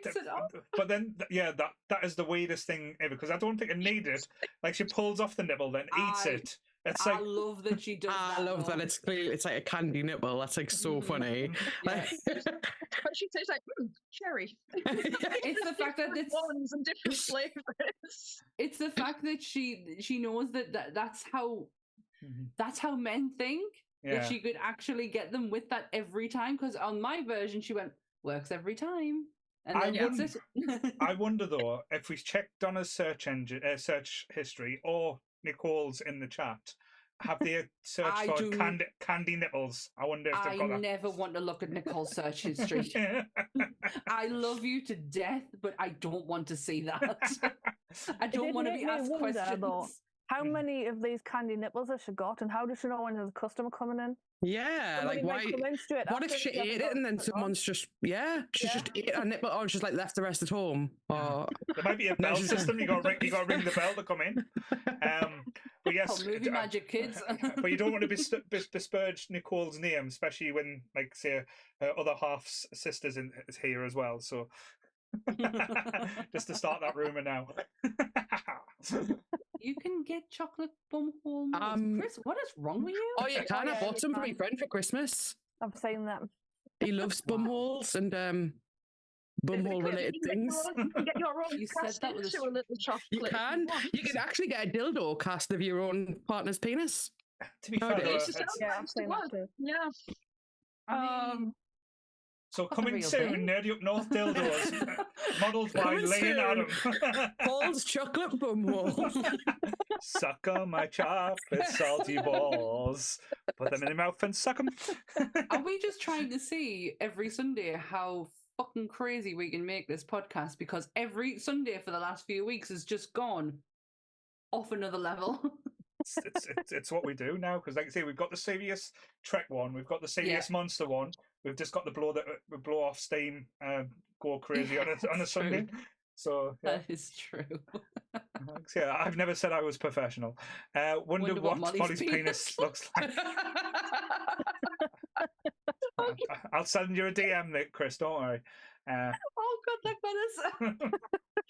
I haven't asked Coxie if he, but I don't know if he'd be up for signing up for it, just to see what it would be like. I mean, he's being really quiet in the chat. I know. So... He's just like, don't mention me. Don't mention me. Oh, she mentioned us. I've got to answer now. We could get our own line of Lee dicks in different colours. So I can give you trivia on this product because it doesn't work. Oh, really? Okay. We used to sell it. It's a silicone mold, and I think it's like it takes 40 minutes to an hour for it to set, and then you pour the product in to get the actual. But the issue is you've got to stay hard for 40 to 50 minutes. You've got to maintain that entire time. So that sounds like a challenge. Complaining because they would fail, and it was like. We just can't really pop a Viagra or something, and then just like fucking right, quick, get the mold on. And they're not got the quick set because it's 5 minutes. That's got to be enough time, surely. Lee, would you be up for a Viagra-filled party? No, we'll film it. Put it on the podcast. Yeah. DIY up north. Hello, bye. Go on. 5-minute crafts with Lee. Oh my God, imagine 5-minute craft, just do a paper mache. We hold a crafting session and see who shows up and like, right kids, let's get the molds out. We'll go on Craigslist. Who can hold an erection for an hour? Must have, wax. You know how they do the hand waxes at Madame Tussauds? I'm not putting anything the hot wax around there. We're not sadomasochists, I'd say, yet. Yet. Fuck's sake. But yes, so that, I can see the advertising out. So must be able to hold an erection for over an hour. Must be bigger than Chris. Not just Chris's penis, just bigger than Chris. In general, you have to be this size to ride the mold.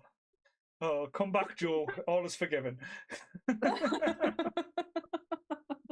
I hate what this has done to me. I can't believe Mallrats has turned into this, but how could it not?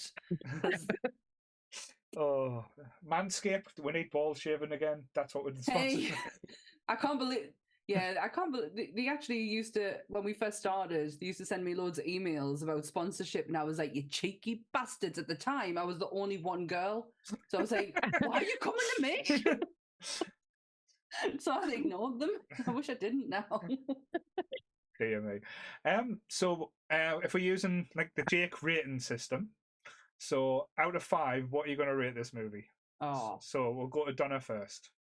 Why is it always me? Because you're being quiet, so I like to pick on you. You're being a quiet little bunny. I have not been quiet. I've talked about wax dicks and stuff.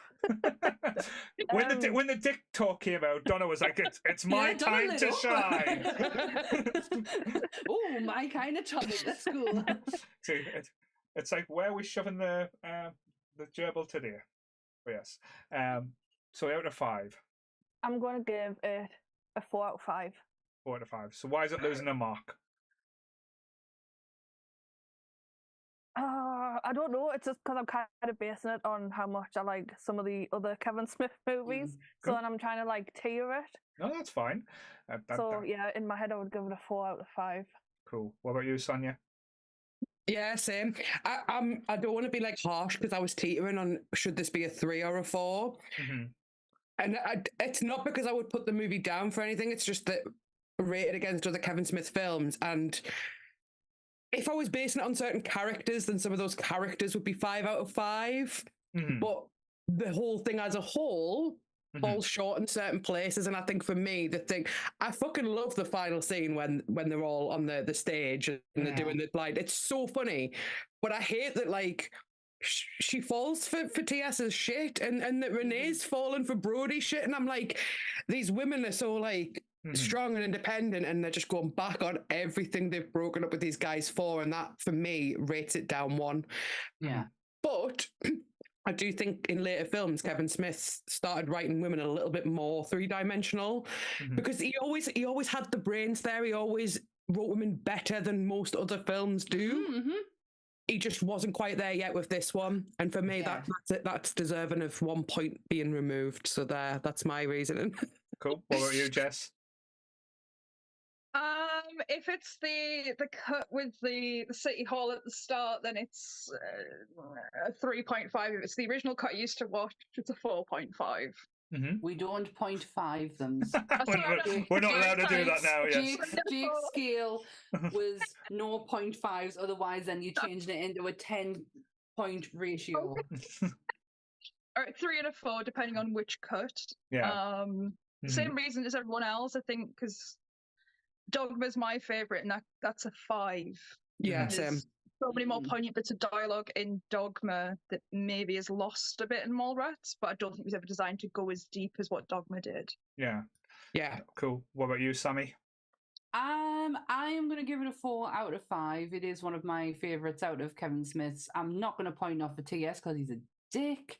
But it is still, like, even today, I knew what I was in for. I was looking forward to it. There was bits that I was looking forward to seeing, and it's one of these movies I don't think I'll ever tire of. I don't think I'll ever get sick of watching it. I'm just thinking, we've got Dogma in November. I'm just looking. Sorry. For me, out of the Kevin Smith's movies, it's I would do the same. It's a 4 out of 5. This is the one where you can see the studio involvement a little bit. Yeah. Like the studio's fingers being in, like just in the edit, just in like the cuts and how, like the cinematography as well. Too. Yeah. This is the one where he actually says he's proud of how the film looks, because he actually got a proper director of photography in and stuff as well, where normally he just gets his mates. But Normally Moja. But yeah, it's one of those ones where it could have been like one of the best, funniest films ever made if it let go. Where it just felt like it was like a lot held back at times. Like, I know the studio kept on telling them, saying, "Can we take a few of the F-bombs out? Can we take this joke out? Can we try and get the rating down and stuff?" And this was one of the times where Kevin actually listened to them and thought, "Oh well, they know what they're doing." I think after this is when Kevin changed a little bit and was like, "Fuck Hollywood, fuck like the big machine. If it's not my way, I'm not really that bothered." And I know he had a few bad experiences with other movies, but this was the kind of the turning point of the Kevin Smith that we have now, if that makes sense. But one thing as well, I can't believe all the disgusting things we've talked about on this episode, and we've missed off the most grotesque and hideous thing in this. Would you like a chocolate pretzel? Oh. I think I mentioned diphtheria, but we didn't talk about it. Like, oh, holy shit, man. Yeah. Did anyone actually, after the talk or demonstration, did anyone try to do that to one of their friends? No. Would you? What Donna, the fuck? Donna, I'm looking at you. I'm never taking sweets off you again. Good. I'll eat them up. No, I won't. Actually, no, I don't want to eat them after that. To be fair, though, the description of it is brilliant. Like, when Brody tells TS about it and, like, what's involved in it. It's like, you've been sweaty, you're having a bad day, you've been walking around and you just put your hand in the ass groove and leave it there for a little while, that stink's going to stay on you. Doesn't matter where you go, and people's going to think you stink of ass groove all the time. And he's like, honest. and he's like, but your hand's going to start soon. It's like small price to pay. Yeah, it's a description of that. It just gave me PTSD to certain conventions. But it's Brody's reaction to when he's telling them about it, and he puts his hand down. Then he's like, "Oh, he's just did it," and then he walks away, and he's just standing there. And he's like looking at his hand. He sniffs it and goes, kind of looks around, and he just walks off. And you're like, holy shit. But then you see what he does with the pretzel as well. And again, I know you're not very good with body horror and stuff, Sam, but the way he like kind of licks the fingers, rubs that's the thing. Like, it's not the description of what he does that's minging. It's the close-up of Michael Rooker licking his hand. It's just vile. And like, it really makes a point of like zooming in on the chocolate, and you're like, is it chocolate? Is it poop? I don't fucking know, man. Like, I don't want to know. The pretzel into his hand, like. Yeah. I mean, it's credit to Michael Rooker for really going that far in that scene with it. When he's really in depth, when he's got his hand and he's making sure to touch his ring and everything. Yeah, he's like properly touching him. I read a story today on Rooker where he got really emotional at a Walking Dead convention because a bunch of fans came up and didn't say a word and just put a packet of chocolate pretzels on his table. Oh, that's so nice. And it's like, holy shit, like people remember. But it's sealed. I really hope they weren't. I did think though, like I genuinely like obviously I've seen the film so many times, but like watching it back yesterday, I was really, really honing in on the next scene when he's talking to Stanley, and I was like, is he touching Stanley's hand? Stanley puts his own hand towards his face a few times, like he's like thinking and he's going like that, and I'm like, is he smelling ass? Like, has he touched him? Because he shakes his hand, and I was like, has he washed his own hand? Like, Stanley could have poop hand, right? And we don't even know because it's never really explored, but like, did Brody wash his hand before he touched Stan Lee, his hero? Did he give his hero poop hand? I need to know. We need that to be the tagline for this movie. Did Stan Lee get pooped on? With pink eye the next morning. Oh. Yeah, Stan Lee just get like I don't feel so good. Fucking diphtheria, like. Sonia, I've never seen you so like, I need to know this answer now. And that's what we end in the podcast on today, folks. Yeah. Do we need to know if we need to find out? I've been in like such disbelief in this whole episode of where the conversation's gone to, but given the last few episodes, it's like, should I be in disbelief anymore? Because this is like, as Paul said, blowing off some steam. To be fair, though, we haven't blamed the Titanic for this movie. We haven't blamed Princess Diana for anything. We're doing well. So, yes. And on that note, what have we got coming up tomorrow, Sammie? Ooh, tomorrow on Monsters, we are looking at House on Haunted Hill. The remake or the original? Both of them. Ooh. Both of them. Some really interesting conversations, some really interesting trivia. So that is on YouTube at 8 o'clock. Please remember to like, share, and subscribe, and hit that notification bell if you never want to miss an episode from Nerdy Up North. All audio for Nerdy Up North. So everything that's been done in the last week will be available on Tuesday from anywhere you get your podcast from. Yes, and just to say as well, like spoilers, I watched the Monsters Up North episode today. I wasn't going to because I normally like watching on a Monday, but after listening to it for a couple of minutes, I could not stop listening. This was one of my favourite episodes that Dan and Sam has done. So that's high praise and all. And as always, how we end the episode as well, I'll go on to what else is coming.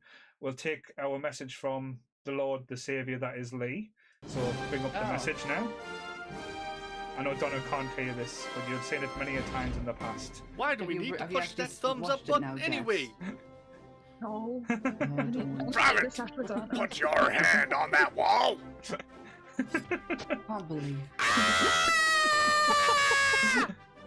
You will hit that like button, or I will disable your hand. Oh, he's such a weirdo. He really is. So yes. But unfortunately, he's our weirdo. So always follow the instruction that Lee gives you.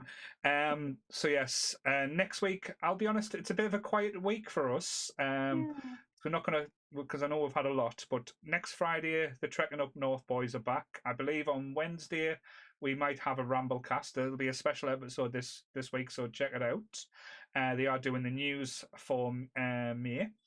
Also, on Saturday, we have our interview with Ian White going live as well. If Sammie wants to tell us a few of the roles that he's been in. Oh yeah, you may know him from Alien versus Predator, the Star Wars movies, Game of Thrones, Harry Potter. Just to name a few. And Ghostbusters. Jesus Christ, I can't believe I forgot about that. But yes, I was there, by the way. Like, I did participate in this interview. Yes, and Sammie was the most professional person in this interview as well. So check that out. And the lovely Lee was in that as well. It was hilarious. And next Sunday we have an interesting episode as well. I'm looking forward to it. A little bit toned down, a little bit more family friendly. It's going to be The Great Outdoors, the John Candy movie. I want to see how this can get fucked up. I love John Candy. Yes. John Candy, Dan Aykroyd in one of my favorite summertime movies. I adore this, so I can't wait for all of the references and raccoon talk and bear talk. It's going to be great. Now, there's a baldy bear going to be on this one. And to be fair, if you're going to be stuck in the wood with a bear and a man, I would definitely go in with that bear. He looked very cuddly. But yes. See, I've been on topic these days. Yeah.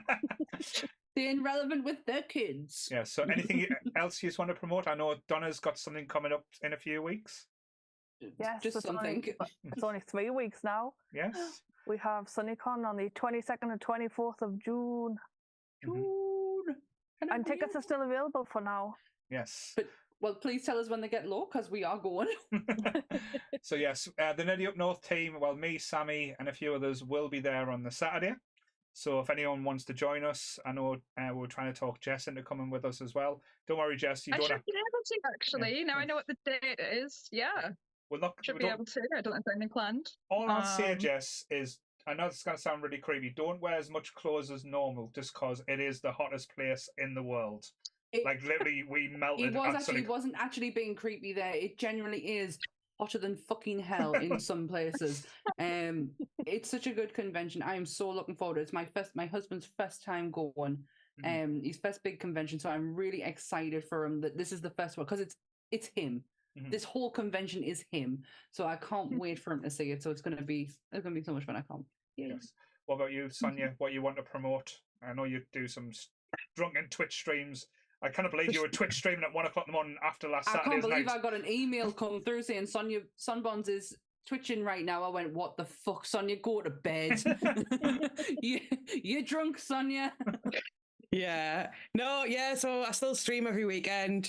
I try not to let it eat into my weekends too much. So if I have plans on a Saturday, then I have plans on a Saturday, but I do stream every Friday at 9 o'clock. Horror games every week. Still doing that. Just hit my 4-year anniversary, which is nuts. Like, can't believe this started in lockdown, and like now I'm here with us. It's nuts. But other than that, like, just I was gonna make a horrible joke about swamp ass and pretzels there, but I'm not gonna. My stomach's just settled. And what about you, Jess? Have you got anything you want to promote? Nothing I can think of. No, I'm having quite a quiet year.